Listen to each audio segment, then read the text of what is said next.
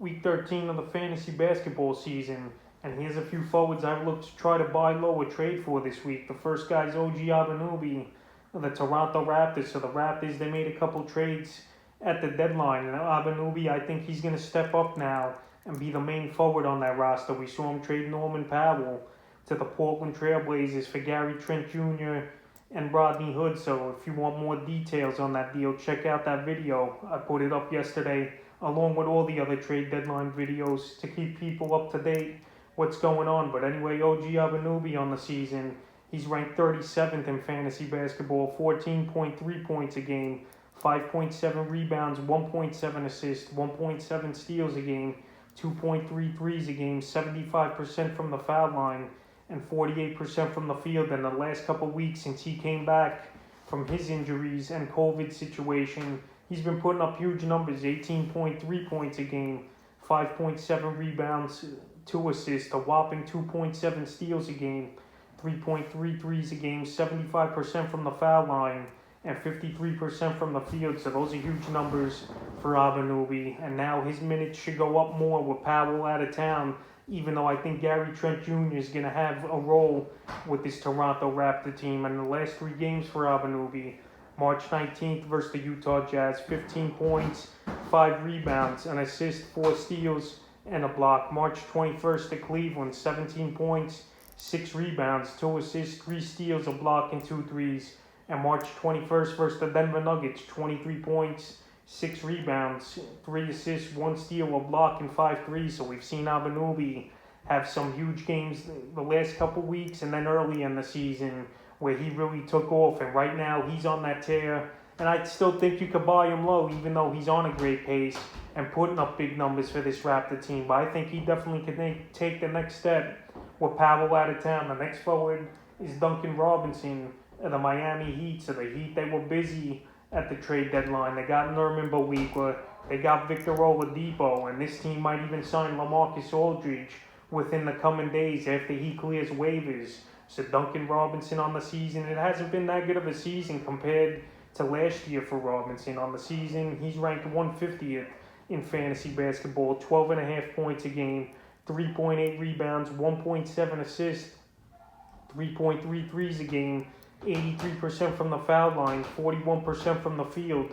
And the last couple weeks, his numbers have been pretty much about the same: 11.6 points a game, 3.6 rebounds, 2 assists, 1 steal, 3.4 threes a game, 40% from the field, and 66% from the foul line. So Duncan Robinson, he's putting up productive numbers. But right now, Robinson owners, they might be weary and looking to trade him after the Heat made a few additions. And if you need 3-point shooting, a decent percentage, and a good free throw percentage, I think Robinson's the man to go get for you, and you definitely don't have to break the bank to get him. He's been on this list a couple times this season. In the last 3 games for Robinson: March 21st versus the Pacers, 13 points, 5 rebounds, 5 assists, 3 threes.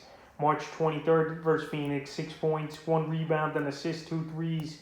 And March 25th versus Portland, 12 points, 5 rebounds, 2 assists, and 4 threes. So Robinson, the numbers haven't been eye-popping.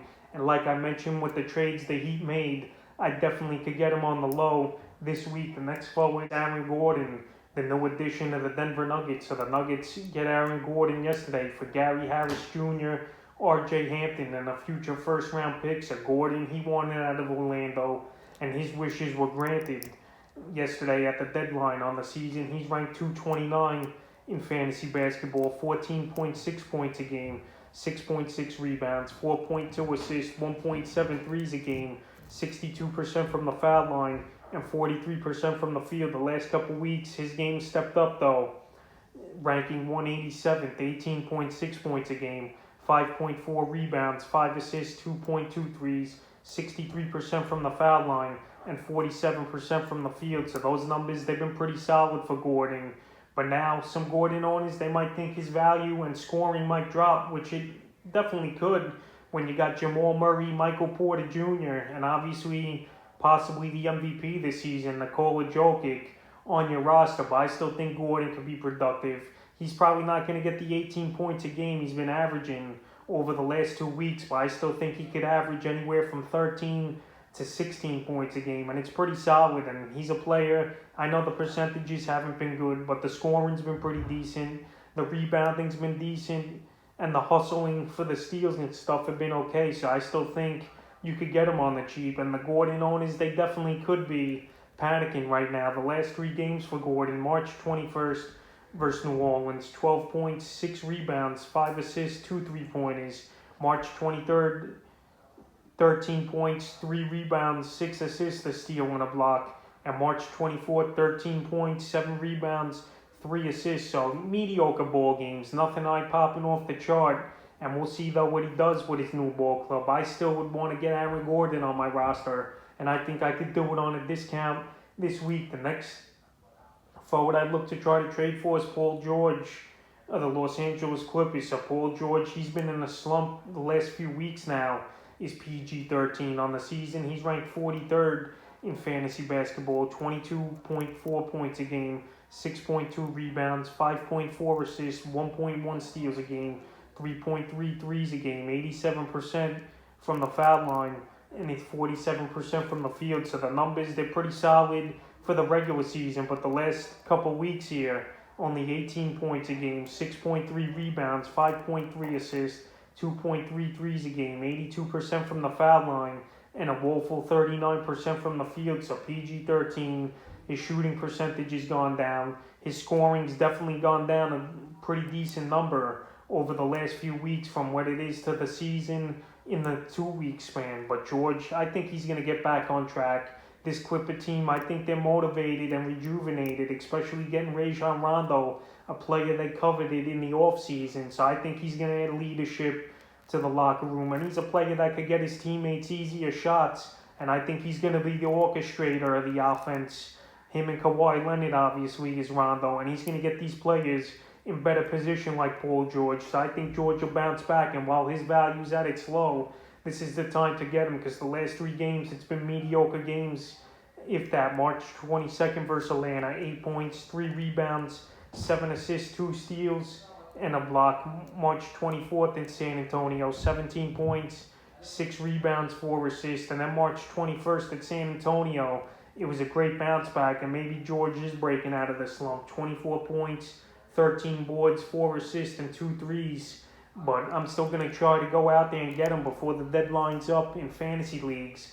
And this is the time to get him on a discount, in my opinion. And the 5th and final forward I would look to try to trade for it or buy low this week's Kyle Anderson of the Memphis Grizzlies. So Kyle Anderson, he's been a pretty solid player this season, but he's a player with peaks and valleys as well on the season. He's ranked 69th in fantasy basketball, 12.6 points a game, 5.8 rebounds, 3.3 assists, 1 steal a game, 1.4 threes a game, 76% from the foul line, 47% from the field. But the last 2 weeks, the struggles have kicked in for Anderson. 9.6 points a game, 4.8 rebounds, 2.5 assists, 75% from the foul line, and only 48% from the field.